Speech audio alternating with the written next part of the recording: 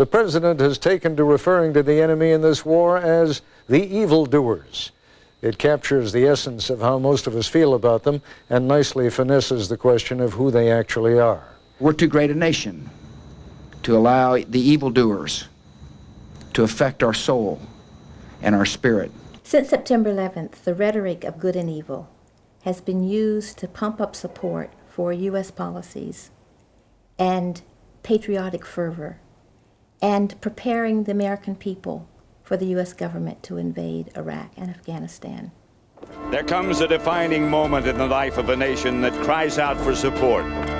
With hope towards tomorrow, it is our traditions and values that are the flames that will burn forever in this nation's soul.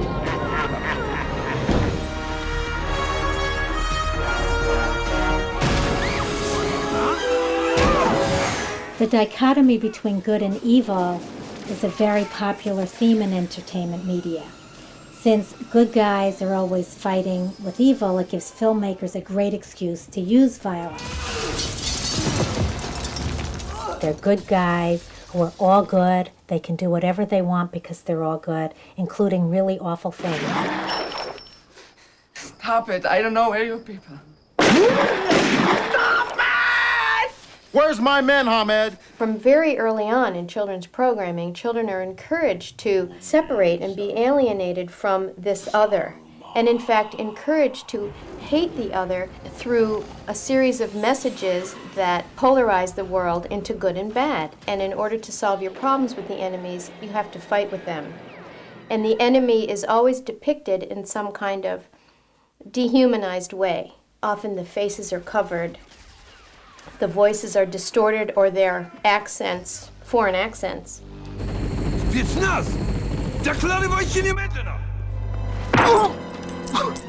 many freedom fighters you killing now, Marine?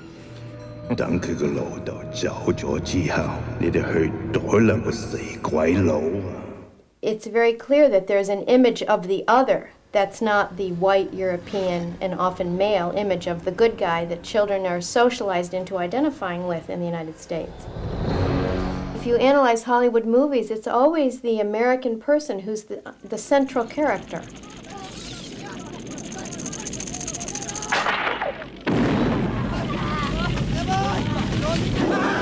Children's political ideology and ideas begin at a very early age. They're the foundations are being laid. We might not recognize it as being ideology or political, but it is.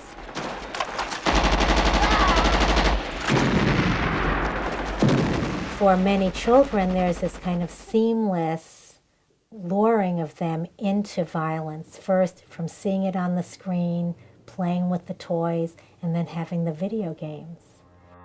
Ever wonder what it's like to be 007?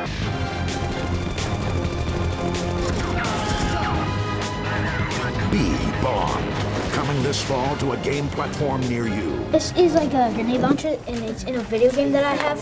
This grenade launcher is in your video game? And what's your video game about? James Bond. It's about, like, you try to kill people, and they have movies about it, too. And why are you trying to kill people in the video? Because they're bad people. When my grandson picks up a magazine and says, here's a terrorist, and the person that he's pointing to on the cover of the magazine, as the title makes clear, is a refugee. But he's 4 years old. He's only been exposed to what he's seen on television, what he's heard on the radio, what he hears in the chat with other kids. Terror or ridden means where the guns are. The concept of evil is not uniquely Christian. Jacob Neusner teaches theology at Bard College. Do Christianity, Judaism, and Islam essentially define evil the same way? They reach the same conclusion. They tell different narratives to account for the world as they see it. But their narratives, in each case, produce the same judgment, which is that mass murder of men, women, and children is evil. It's a war without reason. It's a sin that they kill children. They haven't done anything wrong. They feel sad that they might die. because a bomb might go over there. Well, I feel bad for them because some of them are dying and the bombs, they're killing them, and I don't agree with the bombs of just dropping bombs because it kills innocent people.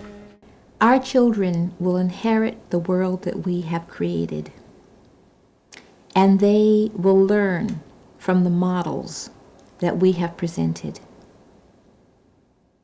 Given the world that we've created, and given the ways in which we have modeled our way of being in the world,